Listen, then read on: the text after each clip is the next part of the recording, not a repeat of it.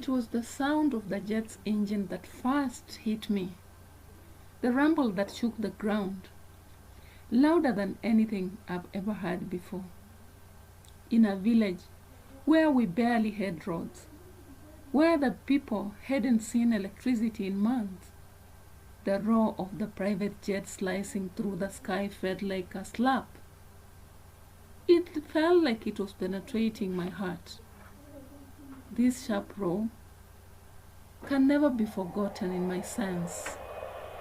It came right at the time that I was in the fields. I stood there, watching as the plane touched down on what was once a dirt field, now a dust-covered wasteland. I should have known then that it was over, that I had made the biggest mistake of my life, but I didn't. Not then. I remember when he was just a nobody. His name was Oleran, but we all called him Ran.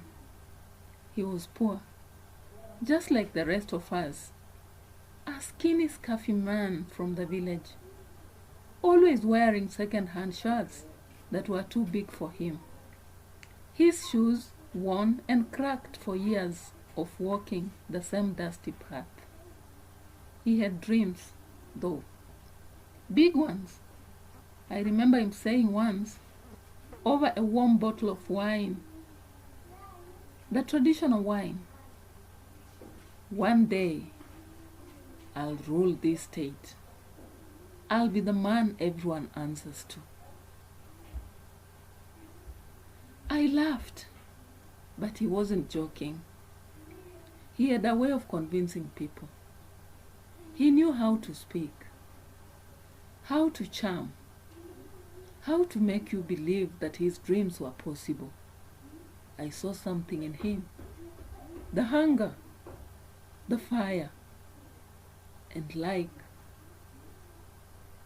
and I, like a fool, decided to help him. I gave him money, connections, ideas. I convinced the villagers to support him, even when they were skeptical. I told them, "Trust me, this man will change our lives."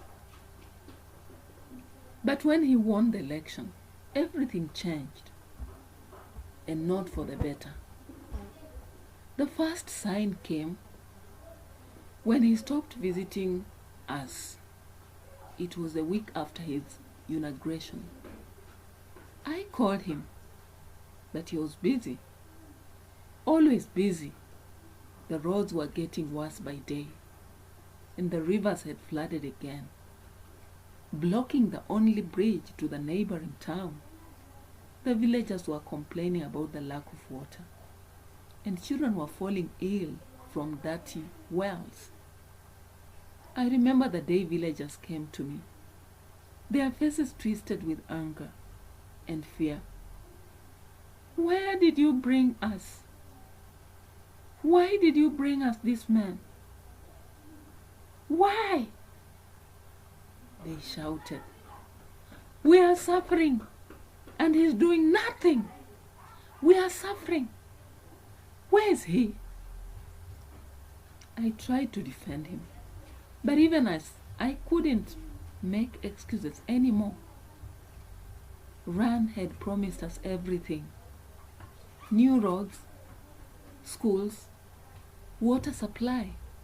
But instead, all we got were stories for his meetings in the capital, his new mansion in the city, and his plans that never seemed to materialize. Then, on this day,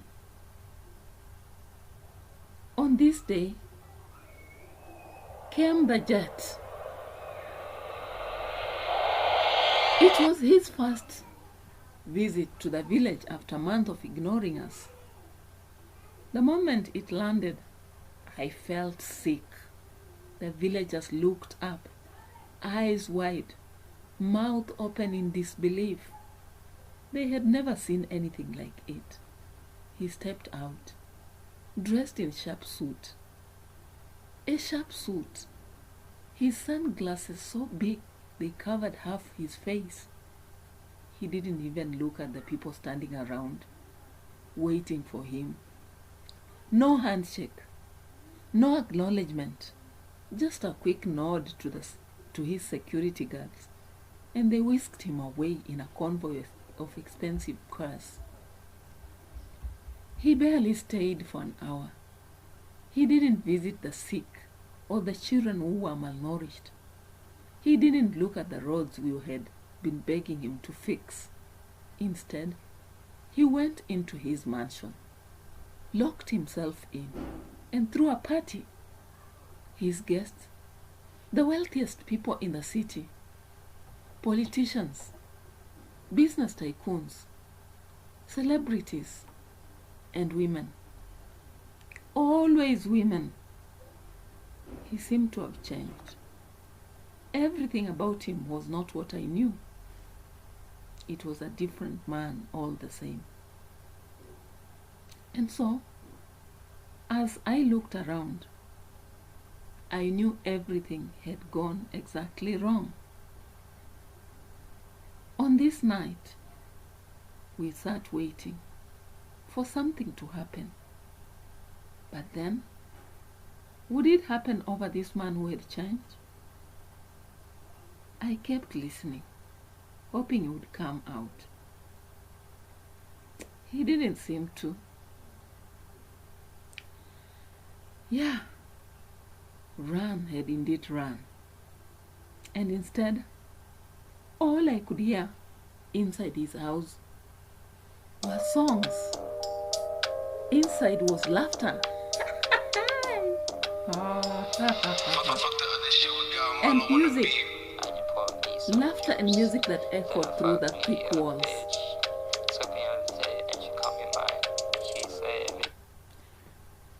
Outside, the villagers were still waiting for water, for answers, for change, but they got nothing, not even a word from him.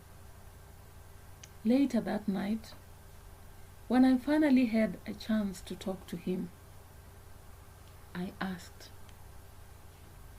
Ran, what about the village?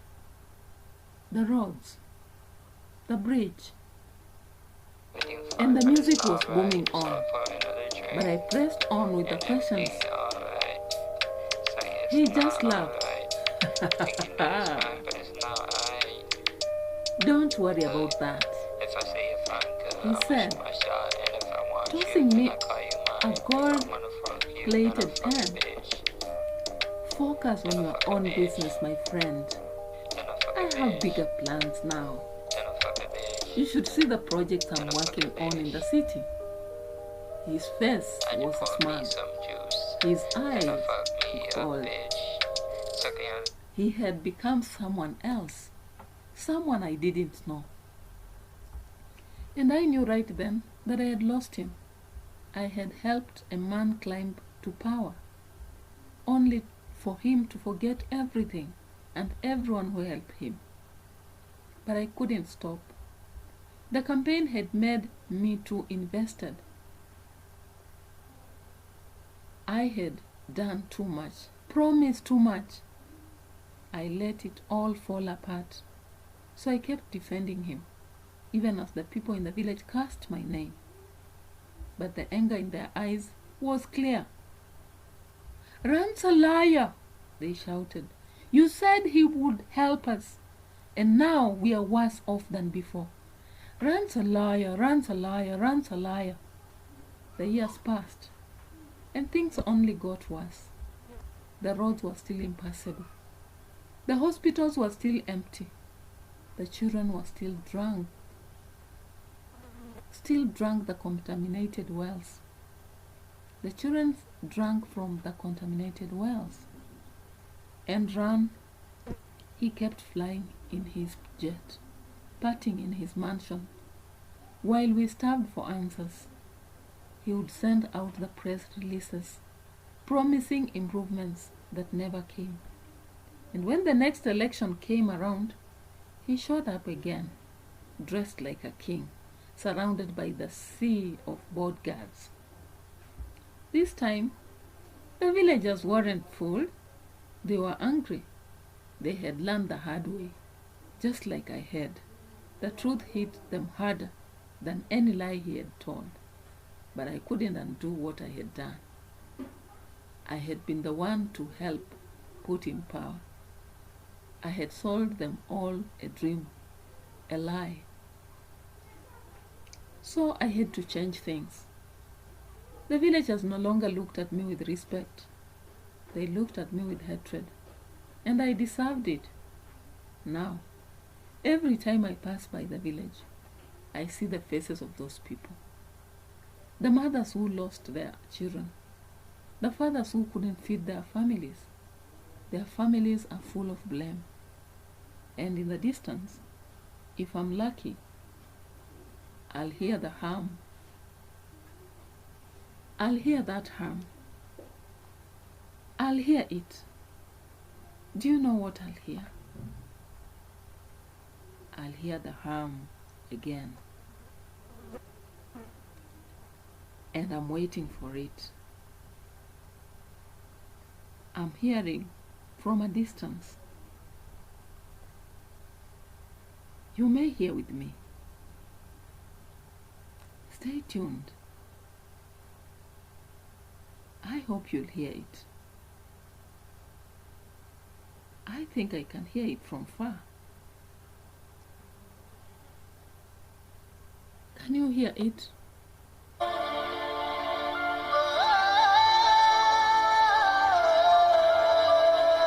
The jet is yet to land. It's yet to land. From a distance I can perceive it.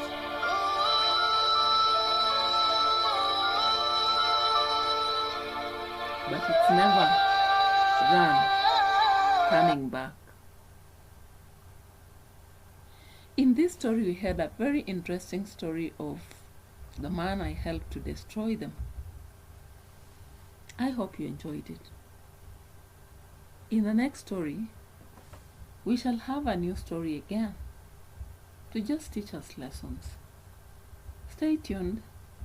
If you not subscribe to this channel, consider subscribing to it. The next story will be the night they came with their girlfriends. Bye bye.